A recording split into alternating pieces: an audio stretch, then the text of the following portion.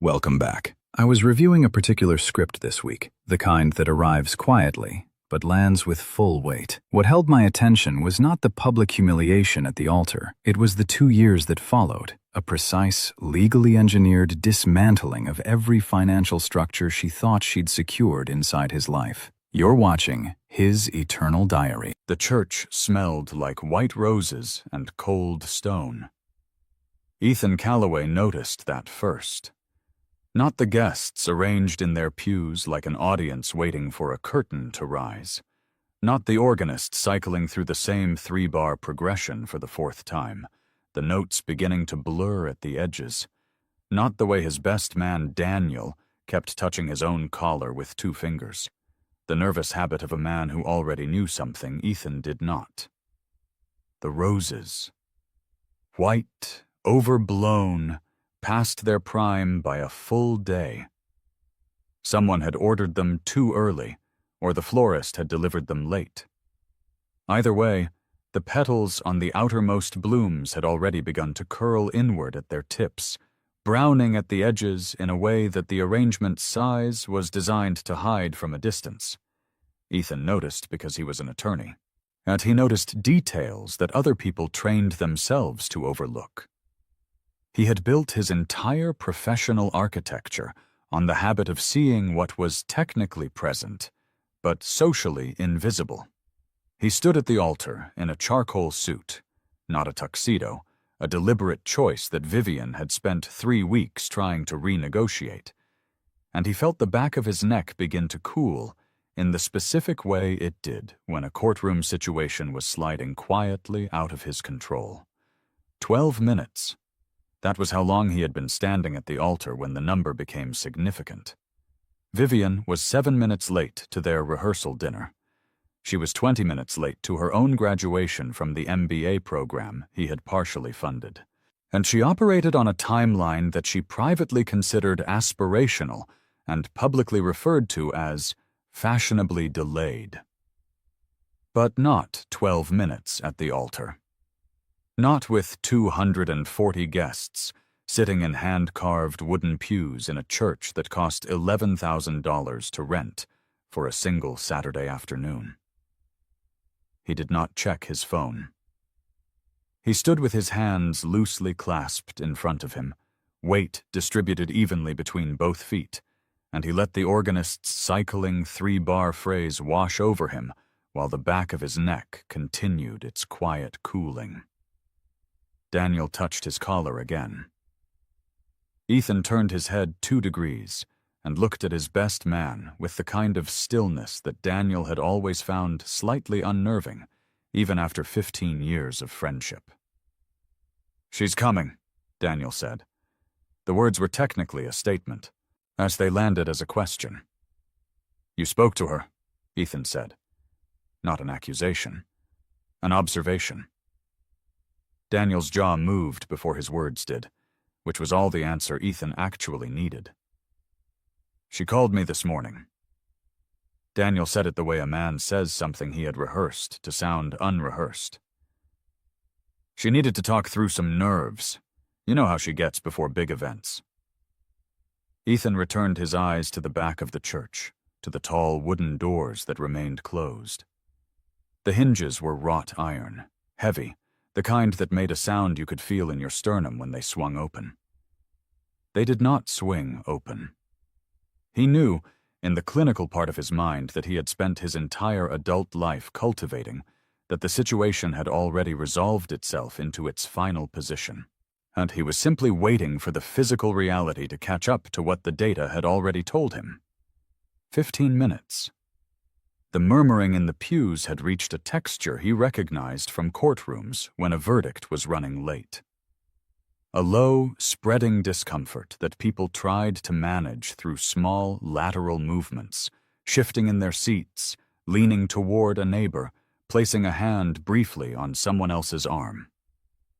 His mother was in the 3rd pew on the right. He could feel her the way you feel a particular weight in a room without looking directly at it.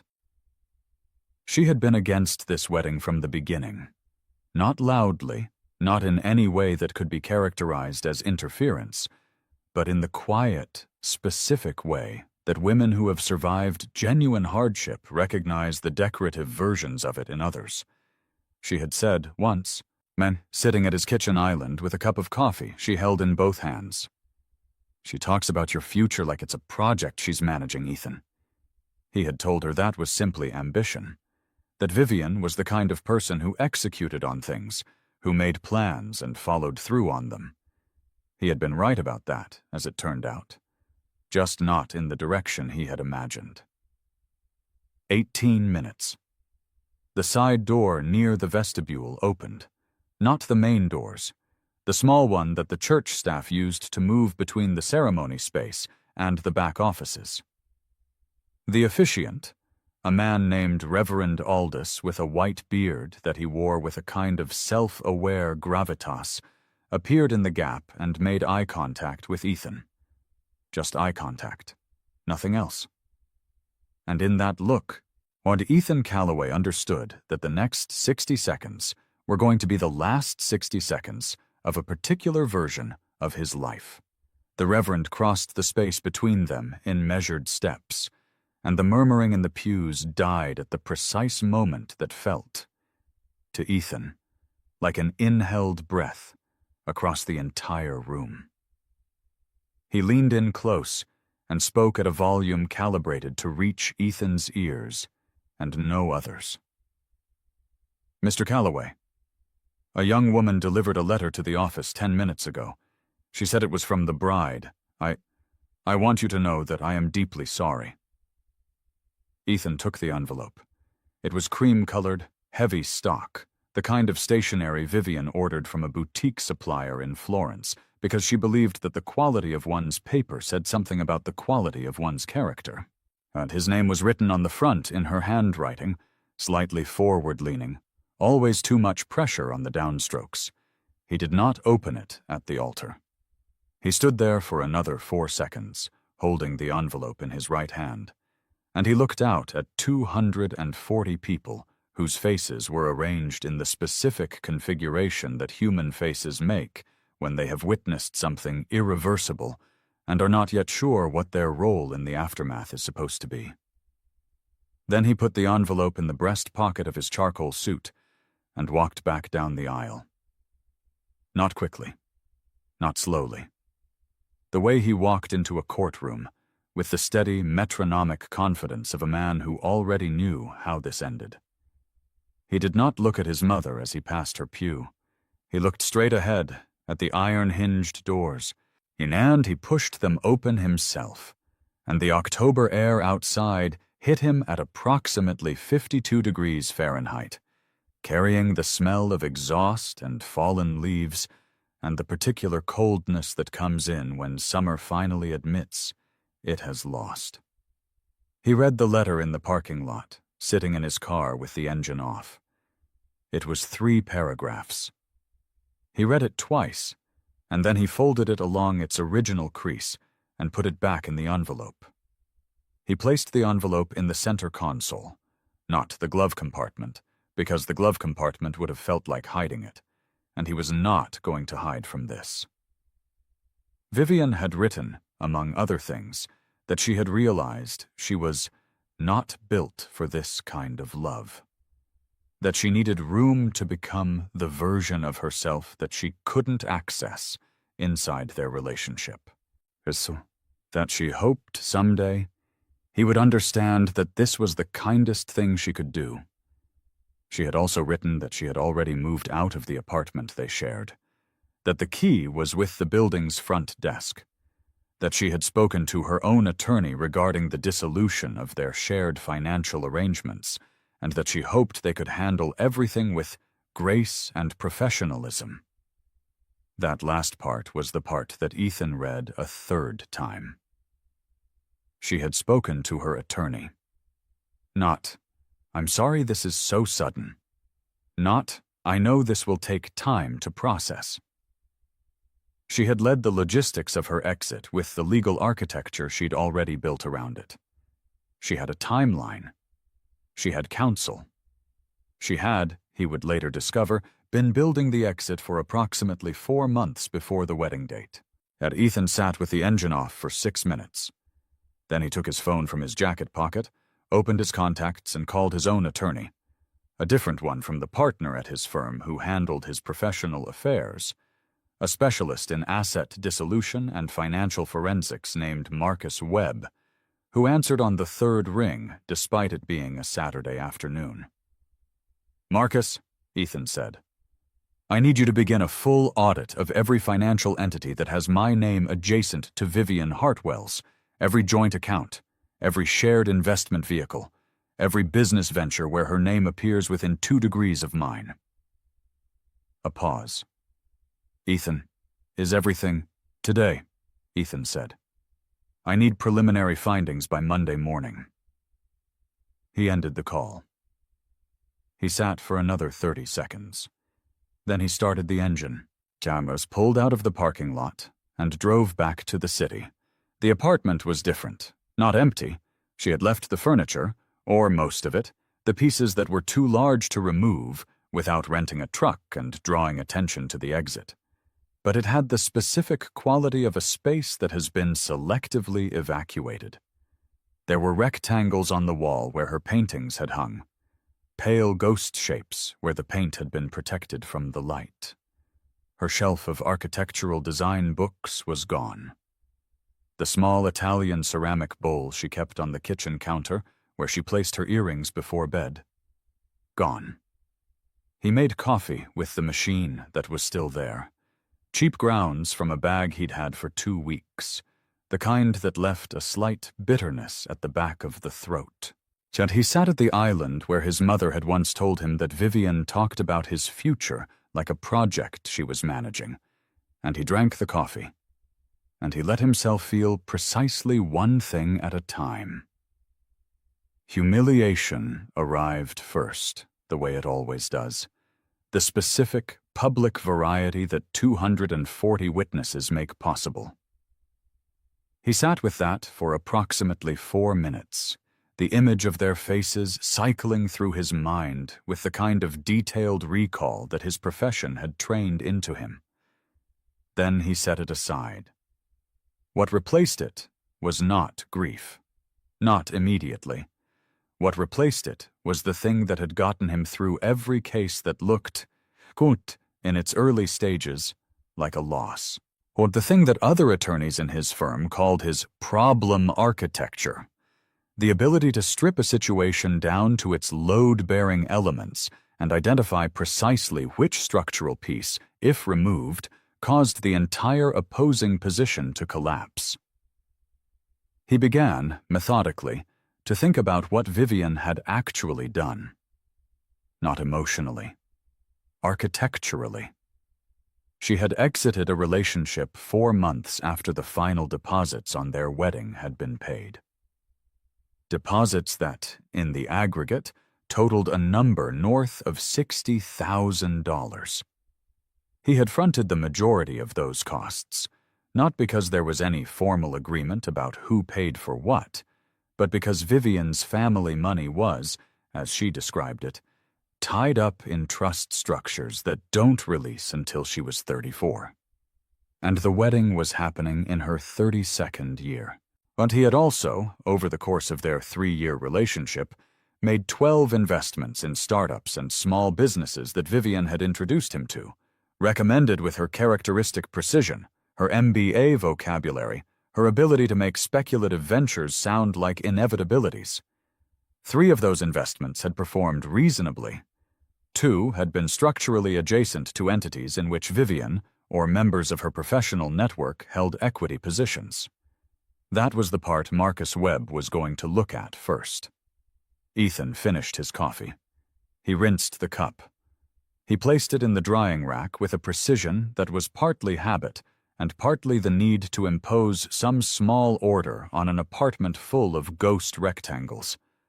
Then he went to his home office, opened his laptop, and began to work. The preliminary findings arrived Monday morning, as requested. Marcus Webb had the quality of a man who understood that thoroughness and speed are not opposites, that with the right resources applied correctly, you could have both. Ethan read the 41-page document at his desk before his first meeting of the day. He read it with the same attention he gave to opposing counsel's briefs in major litigation, not looking for what was explicitly stated, but for the shape of what was being carefully avoided. What Marcus had found was not illegal. That was the first thing Ethan established, reading slowly through the financials. Vivian Hartwell was not a criminal. She was something more technically interesting than that. She was a strategist. Over the course of their 3-year relationship, the 12 investments Ethan had made at her recommendation had, in aggregate, produced a pattern. The 2 that had been structurally adjacent to entities in which Vivian held equity had generated returns that flowed through a series of holding structures that were individually unremarkable but collectively elegant, back to a Delaware LLC in which Vivian's brother held formal ownership. But Vivian held what the document described, neutrally, as operational control. She had introduced him to those investments. She had provided the due diligence documentation that was accurate but selectively framed. She had been, in essence, his financial advisor in the informal sense, while simultaneously being a silent beneficiary of the decisions he made based on her advice. The legal term for this, depending on jurisdiction and the specific structure of the advisory relationship, was somewhere between undisclosed conflict of interest and constructive fraud. The precise characterization would depend on what a forensic accountant could establish about the documented communications between them during the recommendation period. Marcus's email accompanying the document included a single sentence beyond the formal summary. "There's more here than I initially anticipated. I want to bring in a second pair of eyes from the financial forensics team. Say the word." Ethan typed back, "Say it." He closed the laptop and went to his 8 o'clock meeting, which was about a commercial lease dispute for a mid-sized retail client, and he was entirely present for it because Ethan Calloway did not allow one problem to contaminate another. What he had learned in the first years of his practice, that the attorneys who let their personal situations bleed into their professional performance were the ones who eventually had neither. He billed 4.5 hours that day. He ate lunch at his desk. He ran 6 miles after work, along a route that took him past the river, the water gray and flat in the October light. When he got home, he sat at the kitchen island with a glass of water, and he finally let himself feel the grief. It arrived quietly, the way serious things tend to arrive. Not as a crash, but as a slow pressure building behind his sternum. The accumulated weight of 3 years of a specific kind of trust that he now understood had been structured, from at least one side, with a purpose he had never been given access to. Yes, he had loved Vivian Hartwell with the particular intensity of a man who doesn't open himself easily, and, when he does, commits with his entire architecture. He had told her things about himself that he had told no one else. About his father. About the years between 18 and 22, when he had nothing, and built everything from a series of decisions that each felt, at the time, like they might break him. He had shown her the version of himself that existed before the suit and the firm and the courtroom posture. She had listened with what he now recognized, reading backward through the record of their relationship, as the focused attention of someone taking inventory. He sat with the grief for 40 minutes. Then he washed his face, changed into fresh clothes, and went back to his desk. Why, he spent the next 2 hours writing what he would later describe, only to himself and only in his own mind, as the structural brief. Not a legal document, a personal one. A comprehensive, organized account of every financial and emotional transaction in the 3 years he and Vivian had been together. Every investment, every conversation about money, every occasion where her professional advice had redirected a decision he would have otherwise made differently. He used the same format he used for his trial preparation: chronological, evidence-based, no emotional editorializing. When he finished, it was past midnight. He saved the document under a file name that contained only her initials and the date. Then he closed the laptop and went to sleep, because the next 2 years were going to require him to be sharp. And he had learned long ago that the most dangerous thing you can do in the early stages of a significant effort is to exhaust yourself before the work actually begins. The first year was architecture. Marcus Webb and the forensic accountant he brought in, a woman named Priya Chandrasekaran, who had spent a decade before private practice doing financial fraud investigation for a federal regulatory body, spent the first 3 months building what they called the map, a visual representation of every financial relationship between Ethan Callaway and the network of entities that connected, through various degrees of separation, to Vivian Hartwell. The map was not pretty. The map was, as Priya described it in her characteristically direct way during their first formal presentation, as a masterpiece of informal influence disguised as personal affection. Nothing on the map was provably criminal in the sense that would support a criminal referral. Vivian was too careful for that, or whoever had advised her was. Every individual transaction was defensible. Every recommendation she had made to Ethan could be characterized, on its own, as a good-faith business introduction between 2 educated professionals in a personal relationship. It was the pattern that told the story. The aggregate, the directionality of the money over time, the specific timing of her recommendations relative to her own equity positions, the fact that her exit, timed to the letter's delivery at the altar, had occurred precisely 6 weeks after the final tranche of returns from the most profitable of those investments had been processed. "Oh, the wedding date wasn't sentimental," Priya said, during one of their working sessions in the small conference room at Marcus's firm that they had effectively commandeered for the project. She said it without particular judgment, the way you state a finding. It was a deadline. She needed the investment cycle to complete before she left. Ethan had known this, structurally, from the Monday after the wedding. Hearing it stated plainly by someone else was a different experience. He noted the difference, filed it, and moved on. What they had, Priya and Marcus and Ethan, was not enough for litigation, not in any form that would survive discovery and withstand the counter-arguments a sharp opposing counsel would inevitably mount. Vivian was educated. She had her own attorney. And she was not going to make the kind of documented mistake that would give them clean legal leverage. What they had was enough for something else.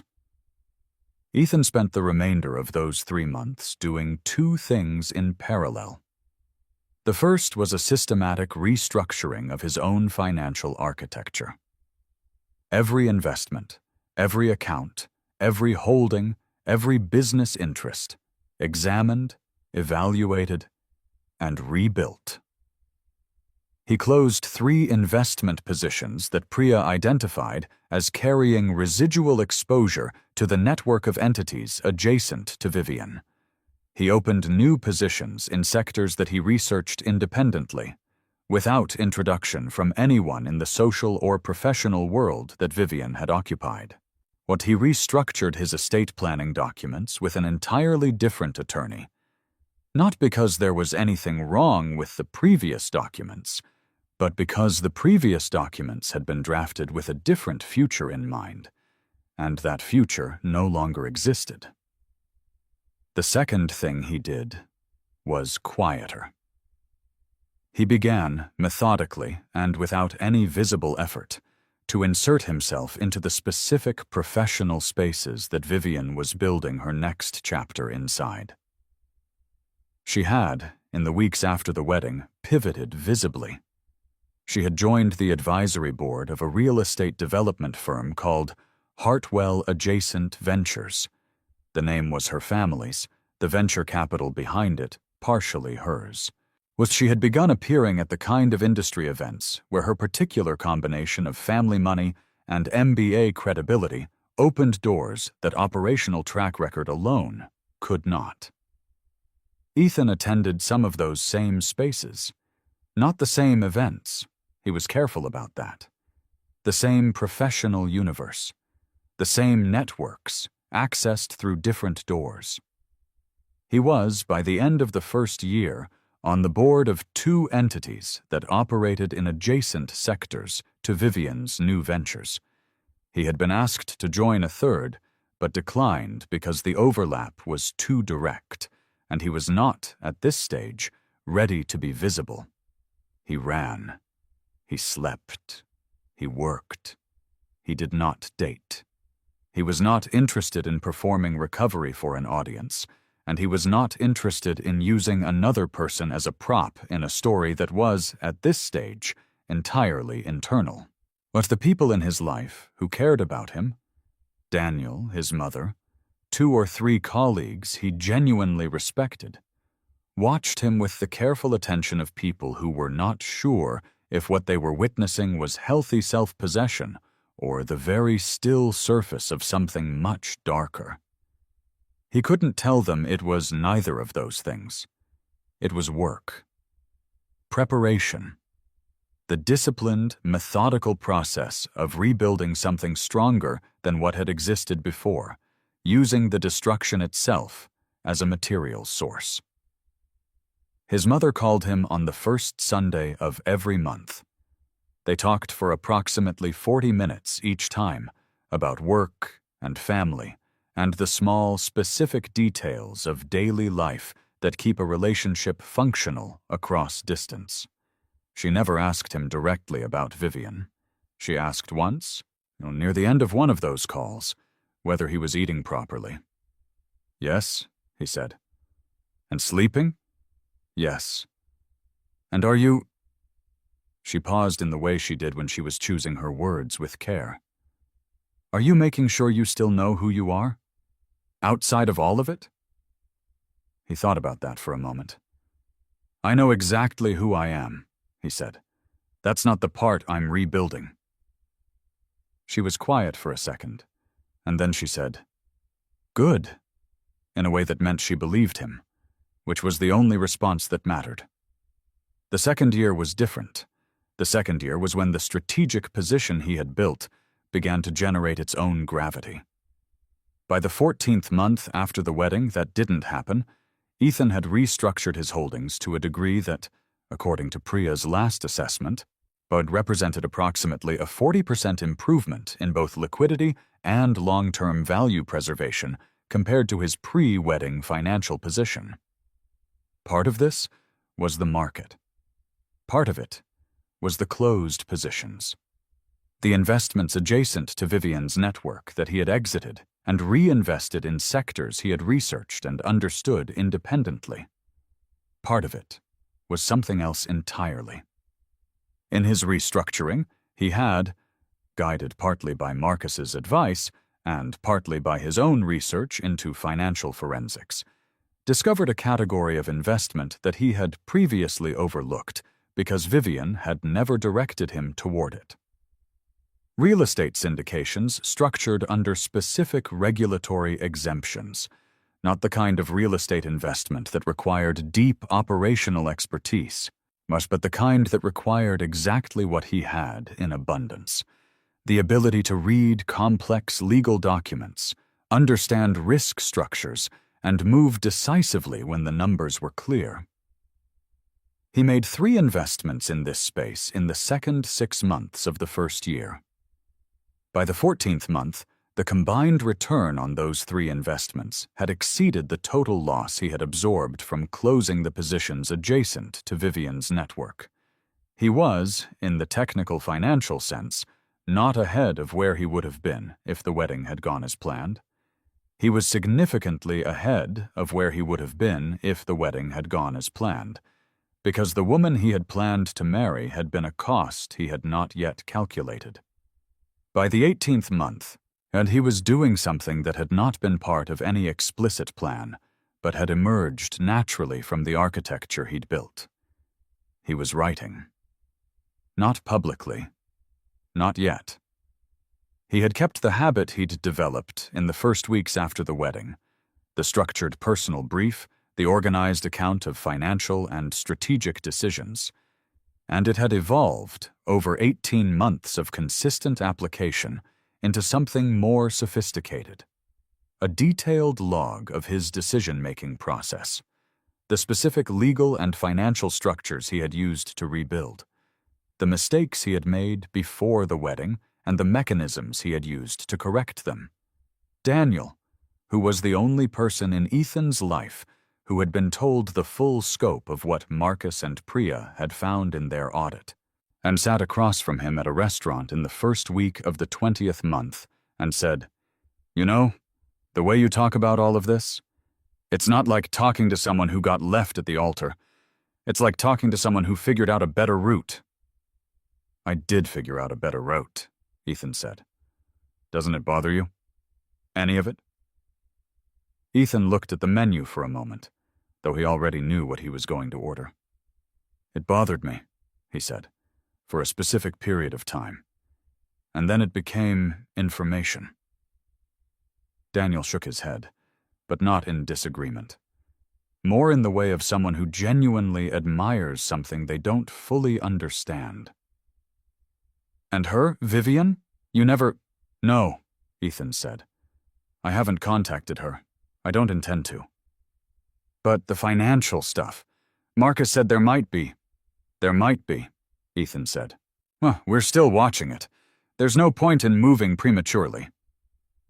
That was the other thing the second year brought, beyond the financial rebuilding. The continued watching. Priya had maintained, at Ethan's request and on retainer, a monitoring function on the publicly available financial and corporate records connected to the network of entities adjacent to Vivian.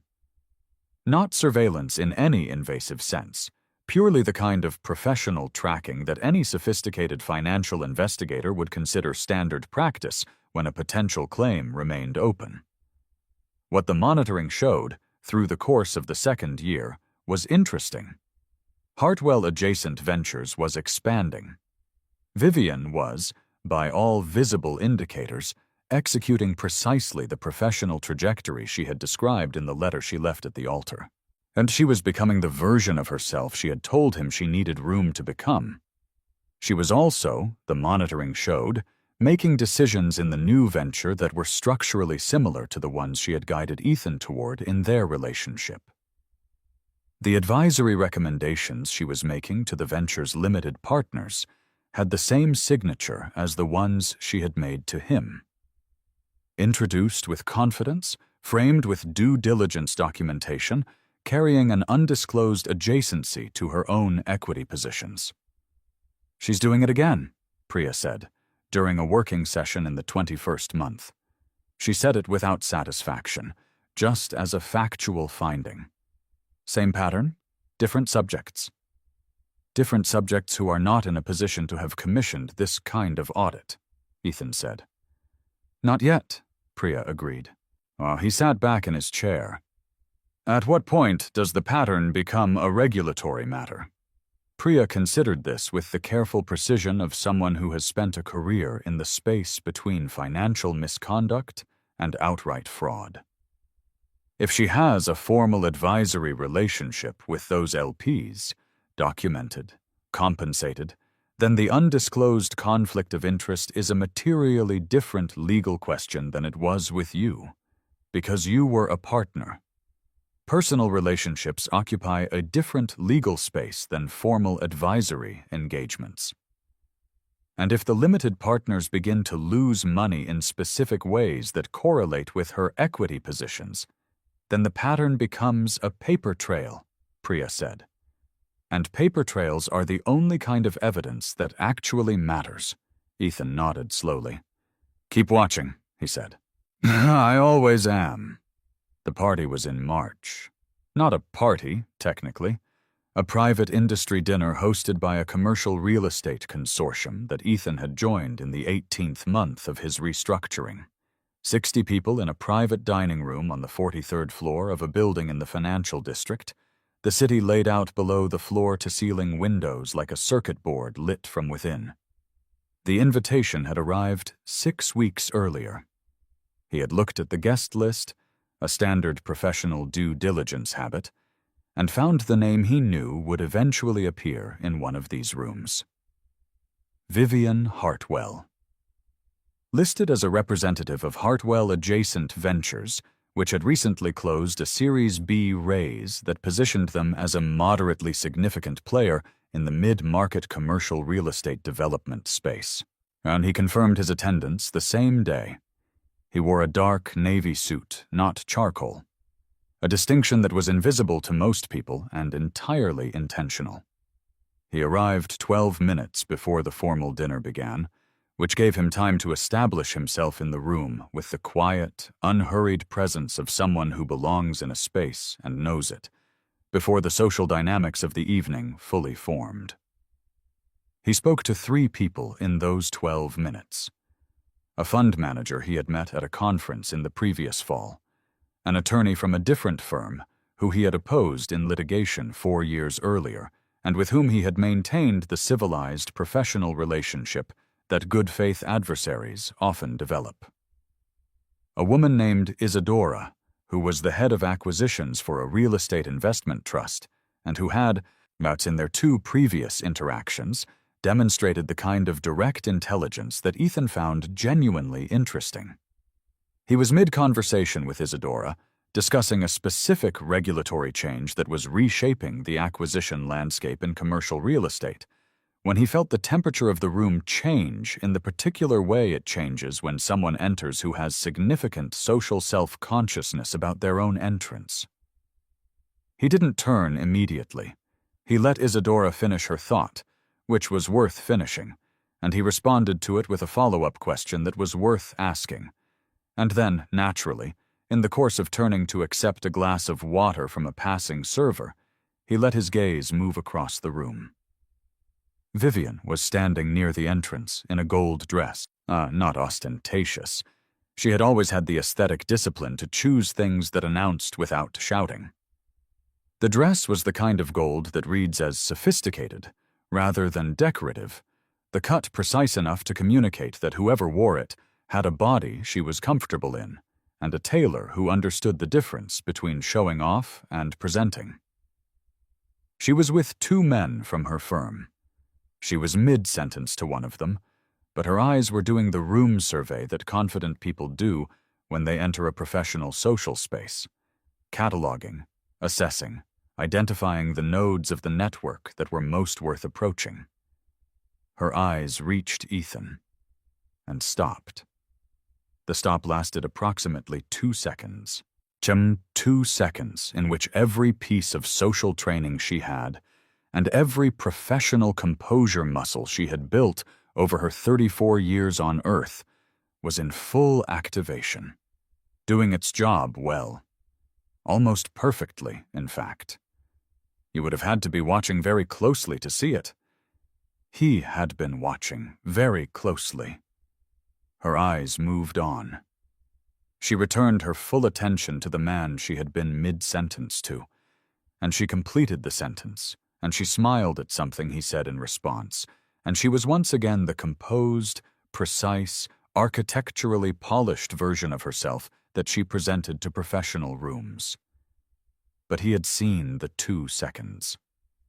He turned back to Isadora, and they continued their conversation about regulatory shifts. And then the dinner was called, and people began to find their tables. He was seated, was by the arrangement of the consortium's event coordinator at table 4. He had not requested his seating. He had not needed to. When he had joined the consortium, he had spent 18 months being genuinely useful to its work, contributing legal analysis and strategic thinking to 3 of its major working groups.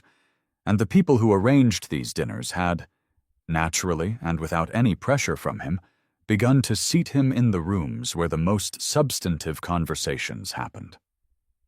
Table 4 was that room tonight. He was seated between the fund manager and a developer whose recent portfolio moves had been the subject of genuine professional interest in the commercial real estate space. Vivian was at table 7. He knew this because he had looked at the seating card arrangement near the entrance when he arrived. Table 7 was visible from table 4 at a specific angle. He was not going to spend the evening looking at it, but he knew its location, the way he knew the location of opposing counsel's table in a courtroom. Not something he thought about actively, but something his spatial awareness maintained passively as a matter of professional habit. The dinner was good. The conversation at table 4 was the kind that he had worked, over 2 years, to ensure he was regularly in a room for, substantive, technically precise, conducted between people who were building things rather than performing their building of things. He ate well and listened carefully, and contributed 3 observations over the course of the evening that were each received with the quiet attention that indicates genuine relevance rather than social courtesy. Isadora, who was at a different table, but caught his eye across the room at one point, raised her glass slightly in his direction. He returned the gesture. It was during the dessert course, a pear tart that was better than it needed to be, one of those small restaurant victories that you notice and appreciate without comment, that he became aware, with the peripheral precision of someone who had trained themselves to process the edges of a room without appearing to look at them, of movement from the direction of table 7. Vivian was standing. She said something to the man beside her, brief and social, and then she began to move, not toward the exit, toward his section of the room. He did not alter his posture. He did not change the direction of his attention. Yet he continued his conversation with the developer beside him about the structural challenges of converting existing commercial square footage to mixed-use residential, which was both genuinely interesting and an excellent topic to be discussing when you need your face to be doing something specific. She reached table 4 and stopped, not beside him, but at the corner of the table, in the space between him and the fund manager. A position that was socially ambiguous, close enough to indicate intention, far enough to allow retreat. "Ethan," she said. He finished the sentence he was midway through to the developer. Then he turned. She was exactly as she always was, which was to say, very carefully exactly as she always was.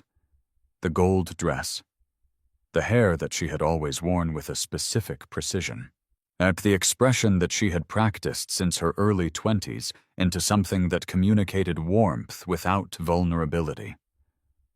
"Vivienne," he said. "Not cold, not warm. The tone you use with a former colleague at an industry event. Appropriate, calibrated, giving nothing away." She had clearly prepared something. He could see the preparation in the slight forward orientation of her shoulders, the way she had tilted her chin to the angle that photographs well, the breath she had taken before she reached the table. "I didn't know you'd be here," she said. "I mean, obviously we're in overlapping spaces now. I've been hearing your name." "I've been in the space for a while," he said. The fund manager had clocked the interaction and made the smooth, socially intelligent move of turning to speak to the person on his other side. And the developer was inspecting his pear tart with the focused attention of a man who understood he had accidentally become a spectator to something private. "You look—" She stopped herself from finishing that with, "Well," which would have been too easy. "You look like you've been building something." "I have," he said. It's good to see," she said. The sentence ended in a way that suggested it had intended to go somewhere else. He looked at her with the complete, quiet attention he gave to opposing parties in depositions, the kind that was not aggressive, but was entirely neutral, that gave back precisely nothing, that created in the observed party the slightly vertiginous experience of speaking into a space that did not echo. "I've been following Hartwell adjacent," he said after a moment. "Was the Series B was well structured?" Something moved in her expression. Not surprise. She had prepared for professional conversation as a possibility. Something more specific than surprise. Something closer to relief that they were in professional terrain, and something alongside that relief that was slightly harder to name. "Thank you," she said. "It came together faster than I expected." "The LP structure was interesting," he said. "The advisory relationship model you're using with the limited partners. It's an elegant approach." She looked at him for a moment that was one beat longer than comfort. "We have good advisors," she said. "I'm sure you do," he said. A pause. "I owe you," she started. "You don't," he said, not cutting, just factual. "You don't owe me an apology at an industry dinner, Vivian. No, it's not the right setting for that conversation." She absorbed this. He could see her recalibrating in real time, the careful social processor she'd always been making the adjustments. "Is there a right setting?" she asked. The question had a different quality from the professional exchange that had preceded it. More personal, more genuine, which was either real or a very sophisticated version of her familiar approach. He considered the question with what appeared, from the outside, to be a brief and thoughtful pause, but was, from the inside, an already decided response that he was simply timing appropriately. "I don't think I'm looking for that conversation," he said, "but I appreciate the impulse." Vivian Hartwell had been in professional and social rooms for her entire adult life. She knew how to receive a rejection that was also a dismissal wrapped in courtesy. She knew how to leave a table with her composure intact. She did all of those things now. She said it was good to see him. She said she hoped they'd have the chance to connect more during the evening. She moved back toward the other side of the room with the smooth, directed walk of a woman who has decided something and is executing on the decision. He watched her go for approximately 3 seconds. Then he turned back to the developer and his pear tart, and the conversation about mixed-use conversions that he had left in the middle of. Isadora, from across the room, raised her glass again. This time, he smiled. The following 3 weeks produced an interesting development. Priya called him on a Tuesday morning during a gap between meetings. Once she did not open with pleasantry, which he had always appreciated about her. "The pattern is clean enough now," she said. "We have 23 months of documented advisory interactions between Vivian Hartwell's principal company and its limited partners. In 9 of those interactions, the recommendation she made to the LP was in a direction that generated direct or indirect benefit to a separate equity position she held.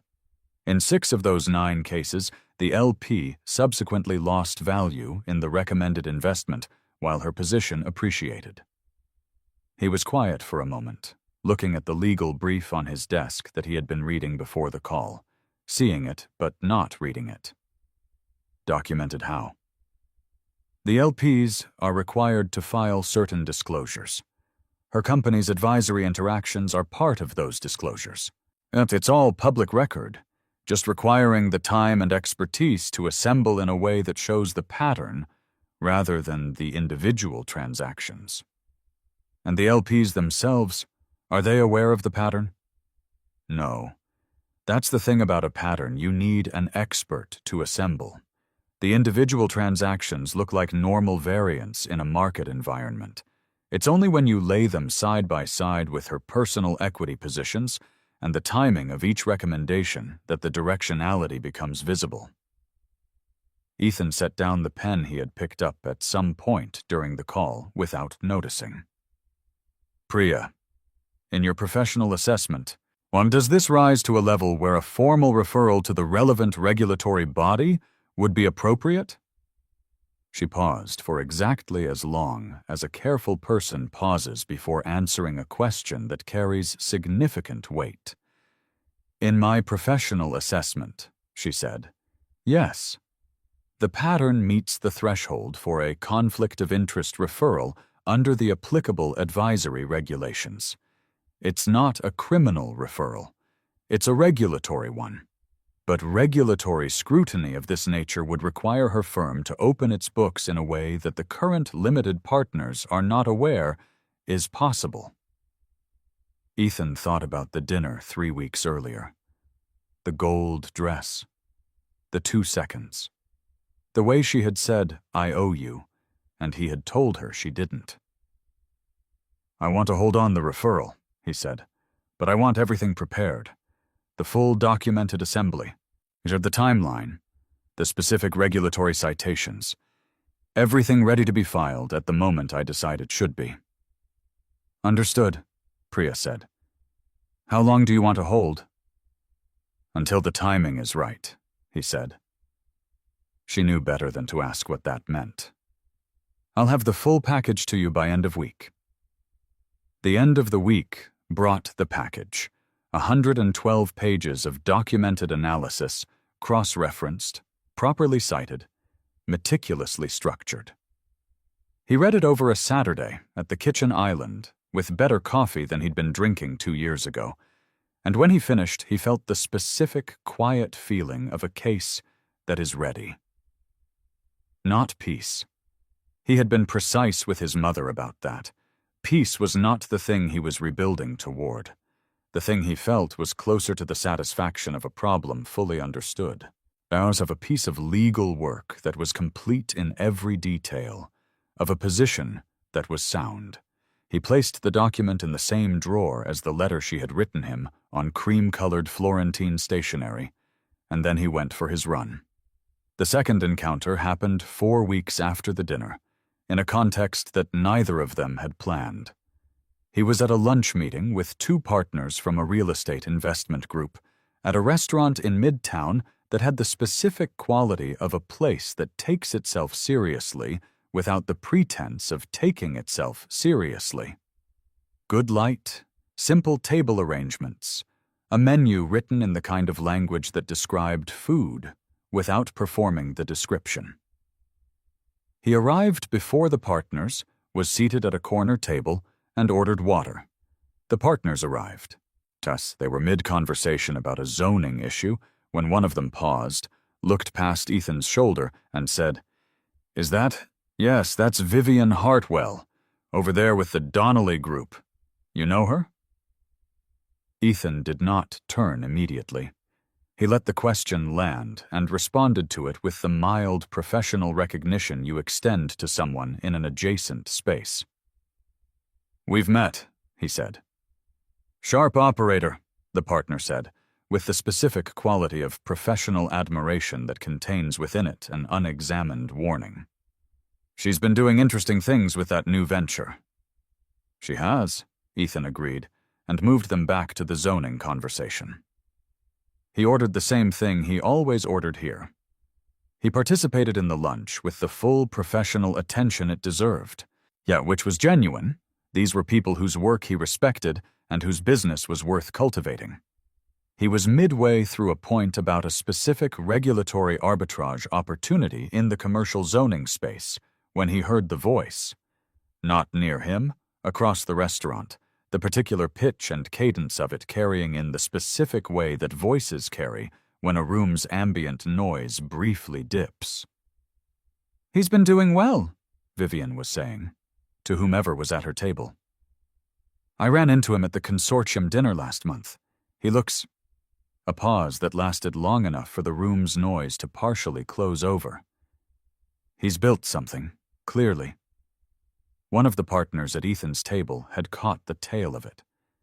His expression carried the polite and careful blankness of someone who was not sure how much they had overheard, or whether they were supposed to have heard anything. Ethan finished his point about the regulatory arbitrage opportunity. After the lunch, walking back toward the office in the March afternoon light, pale, still carrying winter at its edges despite the calendar, he thought about what she'd said, or what he had heard of it, which was not the full sentence. He was an attorney. He knew the danger of working from incomplete transcripts, but what he had heard was consistent with what he had seen at the dinner. The 2 seconds when her room survey stopped. The "I've been hearing your name," the IOU. He had been prepared for several possible responses from Vivian, when this phase of the 2 years eventually resolved itself into an encounter. He had considered, yet in the early months, the possibility of anger, hers specifically, the kind of anger that people who have done something they know was wrong sometimes direct at the person they did it to. He had considered the possibility of indifference, the professional courtesy of 2 adults who shared a past and had moved into separate futures. He had not considered the possibility that what she felt was something closer to regret. Not the performed variety, the social currency of apology, but the quieter version that does not announce itself cleanly. The version that shows up in 2-second pauses and overheard fragments in restaurant rooms. He considered whether it changed anything. By the time he reached his office building, he had his answer. Isadora Vance had a particular quality that he had noticed first at an industry conference 8 months earlier, before she appeared at the consortium dinner. She was the kind of person whose attention, when it was directed at you, was complete. Not performative, she was not listening in order to appear to be listening. She was listening because she found the specific texture of what a person was actually saying more interesting than the overlay of what they were performing. She also understood numbers the way Ethan understood legal text, not as tools, but as language. The way the structure of a financial instrument told you something about the person who designed it, the way a particular clause in a contract told you something about the attorney who drafted it and the client who insisted on it. And he called her 2 days after the restaurant lunch. "The acquisition thing you mentioned at the dinner," he said. "The mid-market opportunity in the converted commercial space. I've been thinking about it." "You've been thinking about a lot of things," she said. He was quiet for a moment, which with Isadora was a form of communication. She had the patience to let a silence develop, rather than filling it. "I have," he said. "The acquisition thing," she said. "Yes. I think there's a window in the next 6 months that doesn't exist after that. The regulatory landscape is going to shift." "I agree," he said. "I'd like to discuss it in more detail, and other things." A pause from her end, the kind that was also a form of communication. "Dinner?" she said. "Yes," he said. But they had dinner at a restaurant that neither of them had chosen specifically to be impressive, which was how they both knew it was the right place. It was a neighborhood place with good pasta and the comfortable noise of a room full of people who had come there because the food was worth coming for, not because being seen there was worth anything. They talked about the acquisition. They talked about the regulatory shift. They talked about a paper she had read and disagreed with on 3 specific grounds, and he found the 3 grounds to be well chosen. They talked about where they had each come from, not the polished career biography version, but the actual version, the specific decisions, some of which were good and some of which were bad, that had produced the current configuration. He told her at one point about the wedding, and the way you tell a significant piece of your history when the context makes it relevant rather than avoided. He told it without self-pity, and without the particular performance of having recovered from it, because he had, by this point, actually recovered from it in a way that did not require the performance. Isadora listened with her particular quality of attention. "And the financial piece," she said. "You found something there." "Yes," he said. "And you're doing something about it." "I'm doing the right thing about it," he said, "which is different from doing something about it because I'm angry." She considered this. What's the right thing? "The people she's doing it to now don't know they're being done to," he said. "I had the resources and the expertise to identify what was happening. They don't. And that changes the ethical calculation." She was quiet for a moment, turning her wine glass by the stem. "So it's not about her." "It hasn't been about her for a while," he said. She looked at him with the direct quality that he had come to understand was the one thing about her that was entirely unperformed. "Then what's it about?" He thought about this. About the 112 pages in the drawer. About the map that Priya and Marcus had spent months building. About the 2-second stop in Vivian's room survey at the consortium dinner. "Accuracy," he said finally. "Making sure the record reflects what actually happened." The spring event calendar for the Commercial Real Estate Consortium included, in the 3rd week of April, a working session that was formatted as a half-day conference for member firms and their associated advisory relationships. It was the kind of event that had a practical purpose, working through specific regulatory and deal flow questions, but also the social function of maintaining the network relationships that made the consortium's work possible. Ethan attended. He had been asked to lead a working session on the legal structures of mixed-use conversion projects, a topic on which he had, over the past year, developed what the consortium chair described as the most practically useful analysis we've had on this subject. Hartwell Adjacent Ventures was also a member firm. Vivian would be present. He prepared his working session with the standard rigor he applied to any professional presentation. Clear structure, sums, precise legal citations, practical application of each point to real scenarios that the audience would recognize. He prepared it well because it deserved to be prepared well, and because the quality of his professional output was not contingent on who was in the room. He arrived early. He set up the materials at the table where his working session would take place.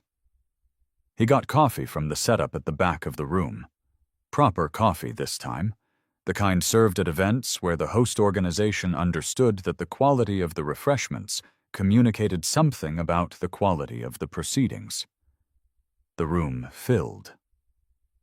He saw Vivian come in with 2 colleagues, mid-conversation, carrying herself with the specific forward momentum of someone who is navigating a professional space she has decided belongs to her.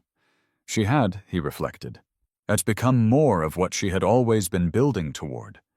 The ambition that he had once characterized to his mother as a feature had simply become larger, operating in a larger room. She found her seat at a different table for the opening plenary. He was at the front, as a session leader. Their sight lines crossed twice in the first 40 minutes, once when she looked up from whatever she was writing during a presentation, once when the room broke for coffee before the working sessions began. He was mid-conversation with the consortium chair during the coffee break when Priya called. He excused himself, stepped to the corridor outside the main room. "The regulatory body received an anonymous inquiry this morning," Priya said, "about the pattern we documented." He was very still. "That wasn't us." "No," Priya confirmed. "It wasn't. I'm at one of the limited partners.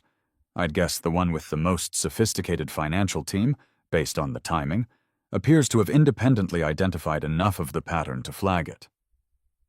Ethan processed this for a moment. "So the referral is happening regardless." "It appears so. The question is whether we submit our documentation as a supplementary filing, which would substantially accelerate and strengthen the inquiry, or whether we wait and see what the independent inquiry produces on its own. He looked at the wall of the corridor. A building materials spec sheet was taped there, left from some earlier event. He looked at it without reading it. "File it," he said. "Everything we have. Today." "You're sure?" "The point was never to use it as leverage," he said. "The point was to make sure the record was accurate. And if the inquiry is already happening, the most accurate version of the record needs to be part of it." "I'll file by end of business," Priya said. He ended the call. He stood in the corridor for 4 seconds, with the specific quality of stillness that he had spent 2 years developing.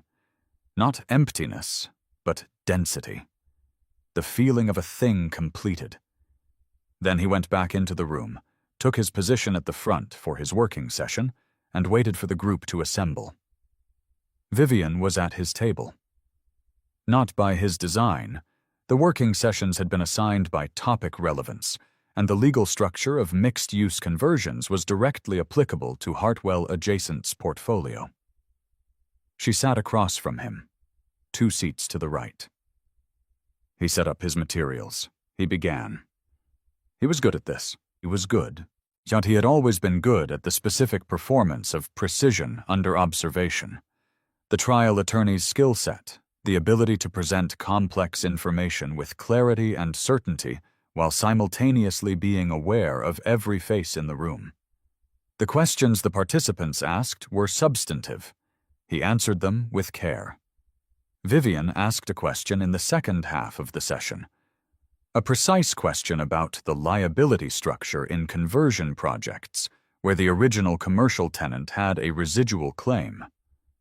It was a good question.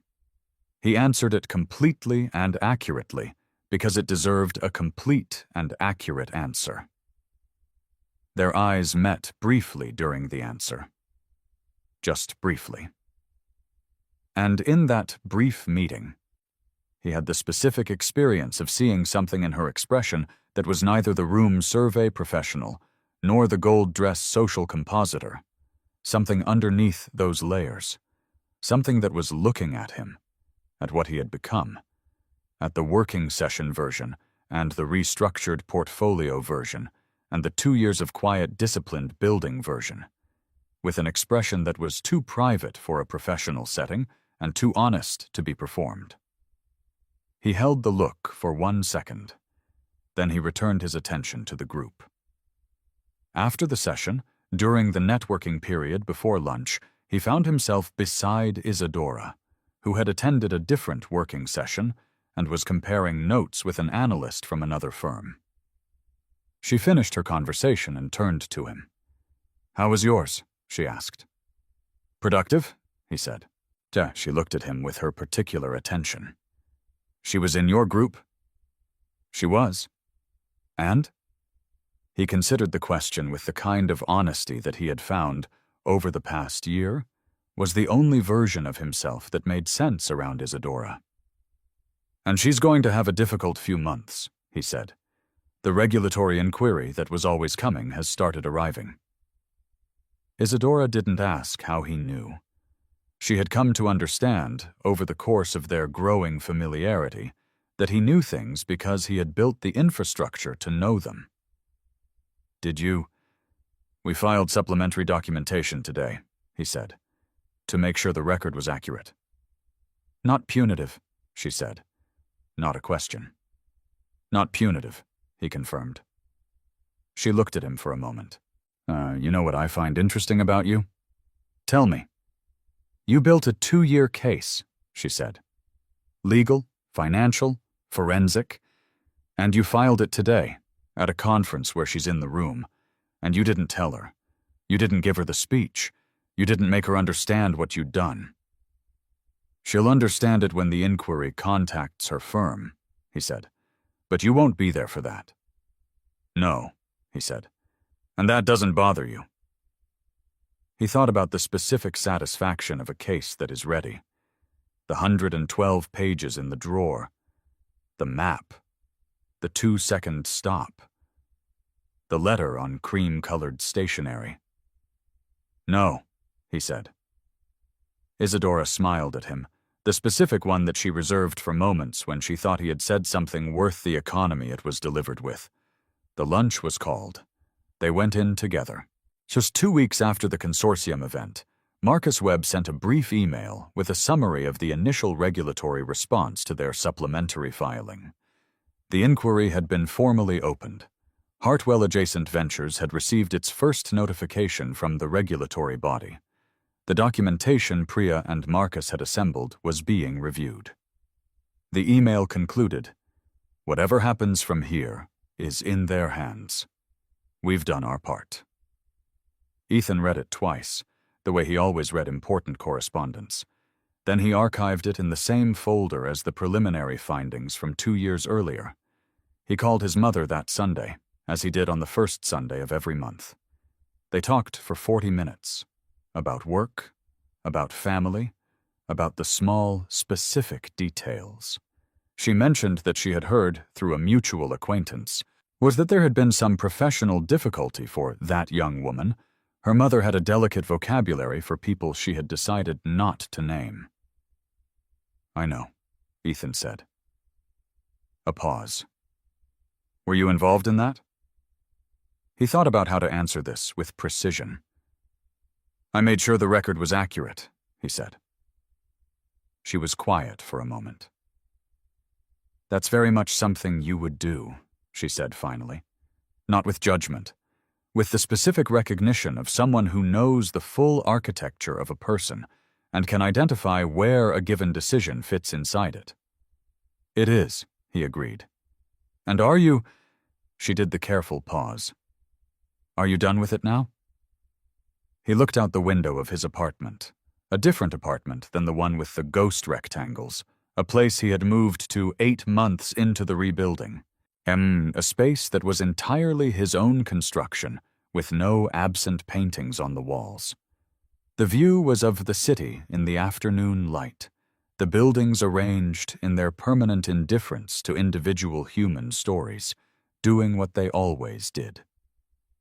"Yes," he said. "I'm done with it." He was at the airport on a Thursday morning when she called. He was at the gate for a flight to Seattle, where a commercial real estate case had entered its final pre-trial phase and required his presence, and he was reviewing notes on his laptop when his phone showed a number he had not seen in 25 months, but had not deleted. He looked at the number for the duration of one breath. Then he answered. "Vivienne," he said. A pause. The kind that tells you a person had prepared an opening and has decided in the last moment not to use it. "I assume you've heard," she said. "Yes. And I assume—" She stopped. Restarted. The documentation they received. It was comprehensive. The kind of comprehensive that requires significant resources and significant time to assemble. "It does," he said. Another pause. He heard the ambient sound of wherever she was, an interior space, the faint sound of other voices at a distance, a building rather than a street. Ethan. The way she said his name was different from the way she had said it at the consortium dinner, stripped of its professional register. Something underneath it that was the voice of a person rather than the version of a person she presented to rooms. "I'm at the airport," he said. "I have about 8 minutes before boarding.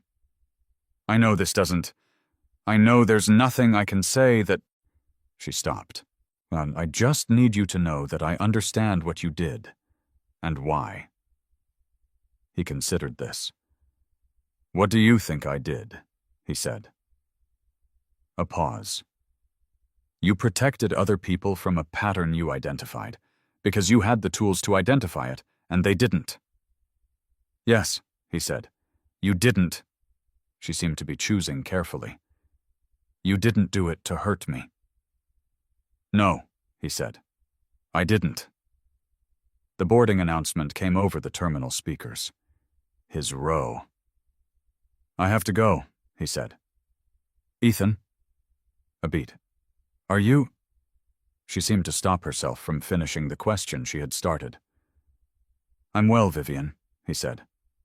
I'm genuinely, specifically well. Not the kind you say when someone asks. He heard her exhale, just briefly. I can hear that, she said. In everything. Your work. The way the room responds to you now. I can hear it. Good, he said, and he ended the call, placed the phone in his jacket pocket, and closed his laptop. He stood, gathered his carry-on bag, and joined the boarding line. The man ahead of him in the line was reading something on his phone, holding it with both hands. The woman behind him was talking quietly to a child who was asking a question about airplanes. The terminal had the specific quality of concentrated human momentum. All those individual trajectories briefly organized into a single line for a single purpose. Ethan Calloway handed his boarding pass to the attendant, walked down the jet bridge, found his seat, and looked out the window at the tarmac. He was flying to Seattle to win a case. He took his laptop out and opened it,